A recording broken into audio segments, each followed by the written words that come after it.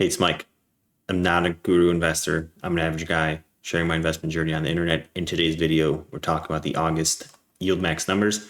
I'm invested in TSLY, AMZY, and I sold out of my NVDY position, and I will tell you why. As some of you know who have been following me on this channel, is I borrow money. Okay, and what I do is I have high quality holdings that I use as foundational holdings to borrow $60,000. So for example, my foundational holdings go up to $164,500 and I borrow $60,000 against them. So what I invest in those foundational holdings are Tesla, S&P 500, and the VXUS, which is the total international stock market. So total position size, $164,500. And what I do is I borrow money. And when I borrow that money, I specifically choose income investments to borrow money. So those income investments are AMZY, which pays out a distribution of 30% per year, as well as TSLY, which pays out 88% a year. So in my August 8th payment of that $60,000, I got paid $2,400.45. These are the four categories that this money separates to the moment that I get paid.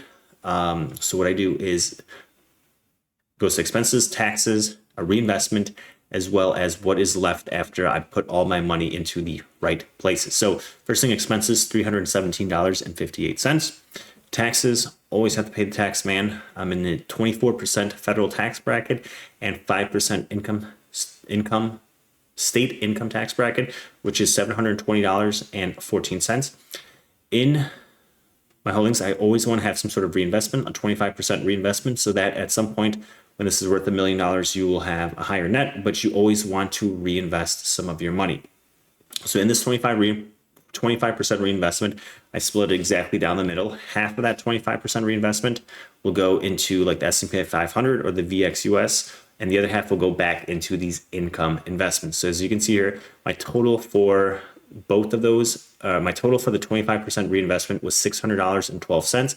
And I split those 50-50 down the middle, which comes out to about $300.06 per the good investments, the S&P 500 and the VXUS, as well as the income investments of the AMZY and TSLY. And then over here at the end, you have the net. So what is left over after you've reinvested your money, set aside money for taxes, as well as setting aside money for expenses. So you're left with $762.62. Not a lot of money to live off of, but this is the start of something that can be bigger. So what are the goals? So, I tout about having, building a side stream of passive income. And truly, this is the best way to do it because you're not really managing a lot of things. You're borrowing money against a portfolio that, you're investing in ideally like the S&P 500 or like high quality stocks, and you're investing in income funds that fund managers manage. So what the goals of this portfolio or what this strategy is entailing is to build an income engine to the portfolio. We make money off of W-2, 1099, however you make money, but we get paychecks and we usually put that money into our brokerage accounts or 401ks and Roths. I want these like income funds or these covered call funds to be an engine that keeps making more and more money, like more income. I'm not focusing on growth exactly, because imagine your employer goes, hey, we're not going to pay you any cash, but we're going to give you this stock, and this stock goes up 10 or 15% every year, but you can't take this money out in 10 or 15 years. You would probably say no, because you have to live off of it. That's why investing some of these income funds is a good idea, because they're actually paying you real income that you can deploy that money to the appropriate areas. So creating an income engine to the portfolio. And then the other goals here is, when you invest in these income funds, it is option investing, and option investing is investing in derivatives. And to me, derivatives aren't real. There's a bunch of numbers that some people created that you buy and sell insurances for. You're guaranteeing, you're locking in a price at a certain point. Therefore, you get paid or somebody pays a certain price for it. So that is a derivative. And to a certain extent, to me, I don't feel like you could truly build wealth specifically off of that, which is why I put the money, some of it made, into real incomes. When you invest in the S&P 500 and the total international stock market, you are investing in real companies. They provide real returns. They make real products. When you invest in income funds and covered call ETFs, they don't make anything. The only thing they do is they sell derivatives. Moving on, another goal is we're borrowing other people's money to get ahead. A lot of the great investors, they borrowed money to get ahead. Even Warren Buffett, who is the master of having cash and keeping cash and the likes of that, when he was starting off Berkshire Hathaway, he was using the one of the parts of his insurance company, the money, the endowments that people are getting, or the premiums that people are paying, he was using that to invest in different things. So he was using other people's money to get ahead in his company. The only difference, he wasn't paying an interest because he was borrowing other people's money. We are borrowing other people's money too to get ahead as well.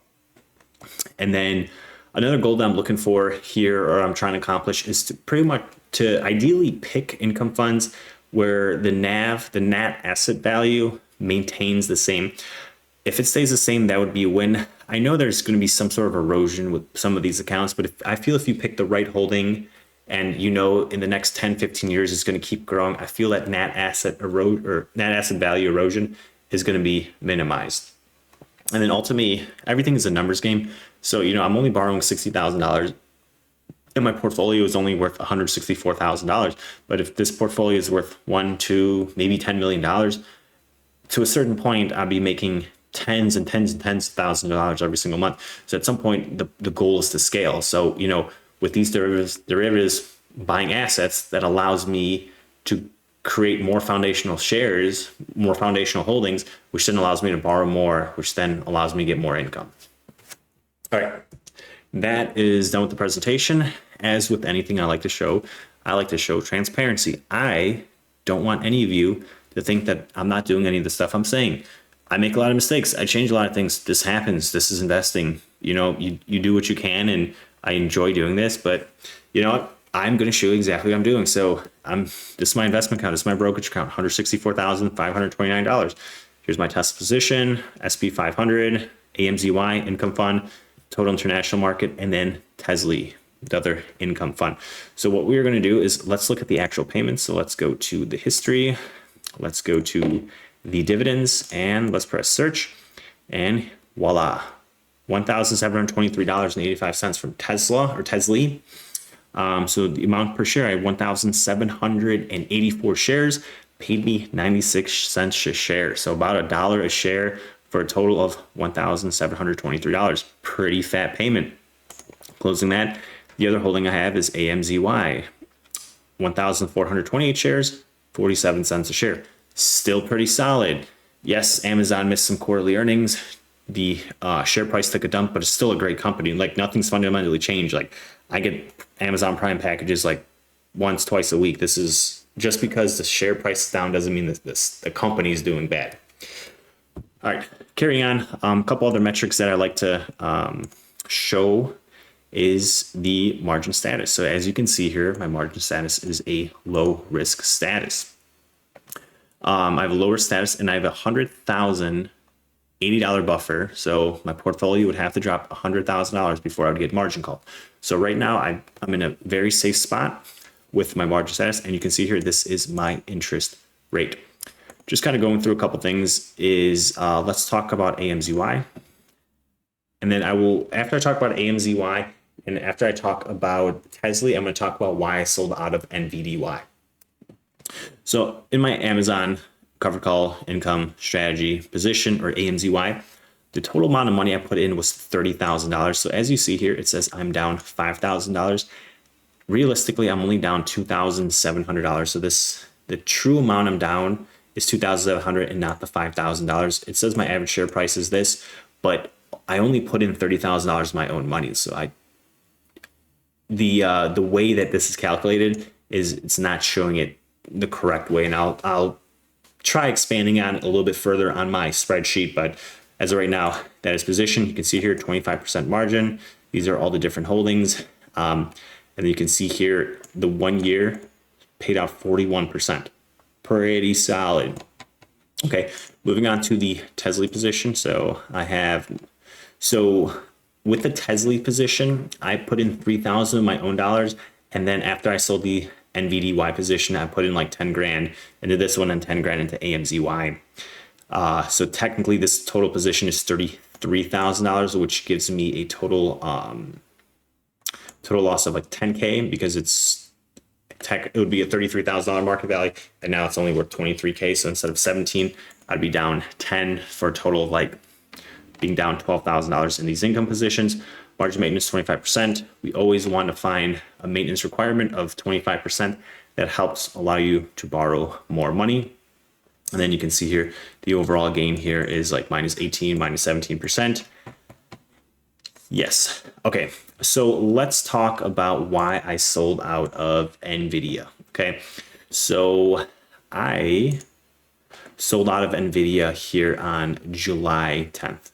So pretty much exactly at the market top, I sold out of the NVDY position. I did not own NVIDIA. Let me clarify. I sold out of my NVDY position. I held it for 2 months, 1 or 2 months, I believe. And I sold out of it because there's a couple reasons here. If you look at the 5-year chart, I mean, NVIDIA has been on an absolute parabolic move up. And to me, the valuation and the stock price were years and years and light years apart. And I thought that at this point, if it goes any higher, the valuation makes no sense. So to me, I got my quick money, got my quick payments. And for me, probably to get back into like the NVDY, I would have to see the entire NVIDIA stock price probably drop back down to $50 a share. Now, I will say there's a lot of people who are hyper bulls on NVIDIA, and the H100 chips are just absolute God's gift to the world for AI technology. The semiconductor industry, they have cycles. Just like the iron industry does, the oil industry does. There's different types of industries that are cyclical, and semiconductor industry is one of them. Once all these H100 chips are pushed out to the market, some of the competition will catch up. Maybe they won't. But after all these chips are bought up and everyone's AI capacity has been maxed out, what's going to happen when people aren't putting in any more orders? The share price is going to drop. So for me to continually keep buying more and more NVIDIA or NVDY would make no sense. Now, maybe if the share price drops down to maybe 72 or even, what is the base here? 87, I might consider it, but it being $104, like I still need to see some downside here before I can pop back in here. So one of the reasons why I got out of NVDY is not because I don't like NVIDIA, it's just the valuation wasn't making sense. Now, I am a Tesla investor, so you could say the same thing about Tesla. But if you look at over the 5 years, like there's really no tipping point where, I mean, it went parabolic. I mean, in this run they did, but I was still pretty much buying all throughout this time, still buying Tesla. And pretty much this last year is when I stopped. But when it comes for TSLY, I believe I started in 23 of June. So I've been pretty much buying TSLY in between this position. So there's no real get off or jump off, but I'm a bull on Tesla. I've done more research on Tesla, so I'm more confident in like holding Tesla and TSLY long-term. Whereas for NVIDIA, I mean, just the valuation was not making any sense anymore. So therefore I'm out. Even Warren Buffett sold his half of his Apple position because the valuation wasn't making any sense. He bought it when the PE was 16. Now it's 27. He 5x his money. And I mean, it's better for him to take that money out and keep it in cash and get 5%. But that's one of the main reasons why I'm out of NVIDIA. Carrying on. Last thing here on maybe 2 more things left on the actual Robinhood thing here is I want to talk about my actual margin used. I'm using about $59,000. You can read that number here, but that makes up about 26% of my portfolio, about 27%. That's a pretty safe amount. When the Tesla share price skyrocketed and my portfolio went up to $200,000, it was like 20%. Now, I believe I can probably push it up to 50%, but I'll tell you a couple of reasons why I don't want to bump up my margin utilization up to 50% right now. And it has something to do with like valuations, just like I was talking about NVIDIA. But then the other thing here is I want to talk about the margin maintenance. Margin maintenance, $64,000. If you recall in my last video, when my portfolio value was like $212,000, my margin maintenance was actually $77,000. And I believe that the margin maintenance will oscillate according to what your portfolio value is. Okay, great. So those are the main topics here on the Robinhood page. I do want to touch on one more thing. So I did mention that perhaps I would borrow a little bit more money because I'm only at 26, 27%. But one of my thought process is valuations are looking pretty frothy right now. So, I mean, even since 2021, we've been on a bull run for almost three years. So we're hitting the top again. The stock market dropped 4%.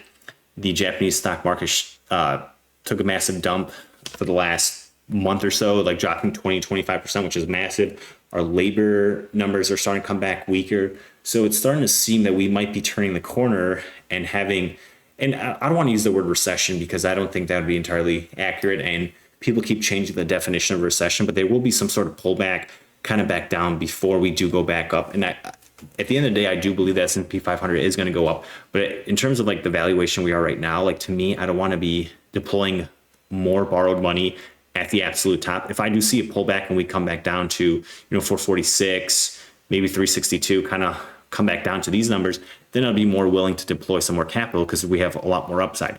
But if you're borrowing a bunch of money here at the top, that doesn't make any sense because you're paying for the highest valuation and you have a higher likelihood of it going down than going up. But then when you're buying kind of here in this mid area, you have a much better success rate of picking an uptrend. And ideally, when you're investing in covered call ETFs, as I am, you're kind of hoping that you're investing in the bull market because that's where you reap the most benefit.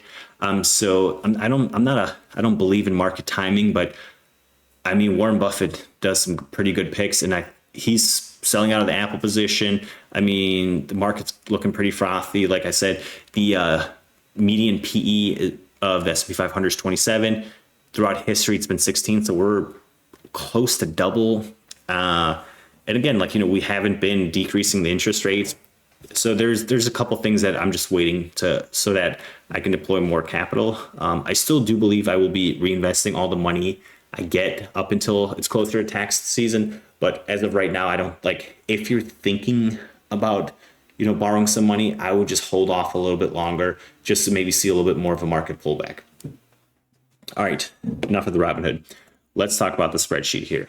So everything is updated up here. So we'll kind of go line by line.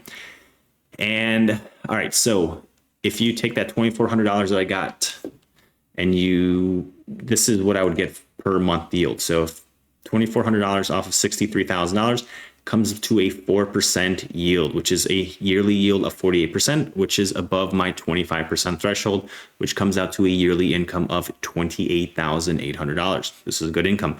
If I walked up to you on the street and said, here's $20,000 for doing nothing, you wouldn't say no. You would absolutely do that. And this is exactly what using your own portfolio to build a side stream of income is like. You don't really have to do the work. The professional fund managers who run the yield max funds will do it for you. Margin amount, margin maintenance, you already saw it on the Robinhood. So the price paid. The price paid is somewhat of what the total return is on this Robinhood portion here. So, wrong stock. So if you go on the TSLY here, the price paid is kind of what the total return is here. It's not the most accurate representation of truly how the money is doing. To me, I believe, so I borrowed $60,000 and I put in $3,000 of my own dollars. For me, if I put in $63,000 into Google, that doesn't pay a dividend. You're totally banking on the actual price performance on the stock graph to go up for you to make money. When you invest in a dividend fund, you're hoping that dividend pays you dividends, so then you could either reinvest back into a company that pays you more dividends. With these income funds, you're not really banking on any growth and it is all income. And for me, when that income is paid out, to me, that doesn't count as actual income that you use. It is created by the fund. So for example, to me, the $63,000 is the base amount, and the reinvestments don't increase this number. So the total amount of money I've actually used is $63,000. So I have two price performance things. I have one off of the price paid, which will show a negative $22,000, which is massive. But according to the real money, the actual amount of money that I put in, it's only $11,000. So to me, this is the most accurate measurement. And I don't know if I'm explaining it that well. I'm sure there's someone else that can explain it a lot better. But because it's my own money, or this is the only money that I actually use. Everything else is from the reinvestments. To me, that seems like the more correct moment. And I don't know if you remember in the last video, we were getting closer and closer to hitting the break-even point.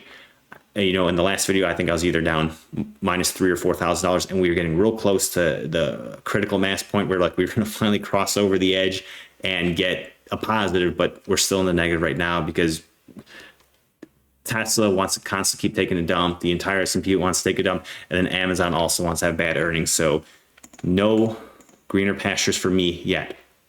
But overall, since starting in July 7, 2023, I've got a total of $16,000 worth of income. In that $16,000, I was able to buy many hundreds of dollars of different things. I was able to buy almost $5,000 worth of the S&P 500, almost $500 worth of VXUS, and this is getting more and more, as well as more and more money into these income funds. So I'm building more and more, oops, come on.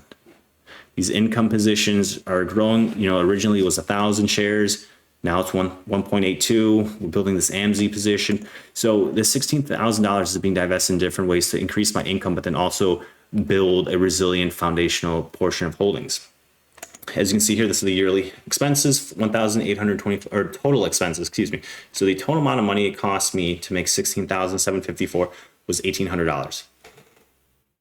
Let's just make even numbers. If every single time to make $16,000, you pay $2,000, you're going to win.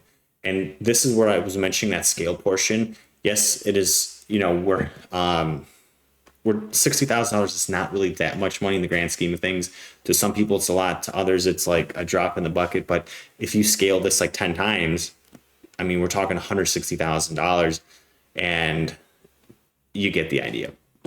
So the market value of those income funds, 51K. Total amount of taxes, so $5,026. So when I get closer to tax season, so probably the distribution in December and January, I'm going to set aside as cash. Taxes is February. So I'll have December and January and February distributions to pay the taxes. And if I have anything left over, then I will reinvest it back into like the S&P 500, VXUS, and then the income funds. Base reinvestment, this is just the base amount. I just want to, and again, I'm keeping track of this because at some point, I'm always going to have like 10 or 20 or 30% worth of margin in my portfolio, even if it's worth like $1, $2, $3, $10 million. Like I'm always going to have like 10 or 20%. And so I always want to know how much to reinvest back in to keep my portfolio growing. But then also I want to have the net gains as is to do whatever I want with that money. Like that's the end goal, is so we can build a side stream of income to spend it. Like that is the main goal. And then you can see the net gain here with this net gain. You know, I'm investing in the S&P 500, I'm investing in the VXUS, and so on and so forth. And you can just see here, these are the splits of the money. And yeah, that is it. So I hope you enjoyed watching the video. I hope, you know, this is motivating and helps you build a side stream of income for your family. If you have any questions, definitely drop them in the comment section. But, you know, if things make sense, great. If not, definitely ask a question. Like, love doing this. Besides that, I hope you all have a great day and y'all take care.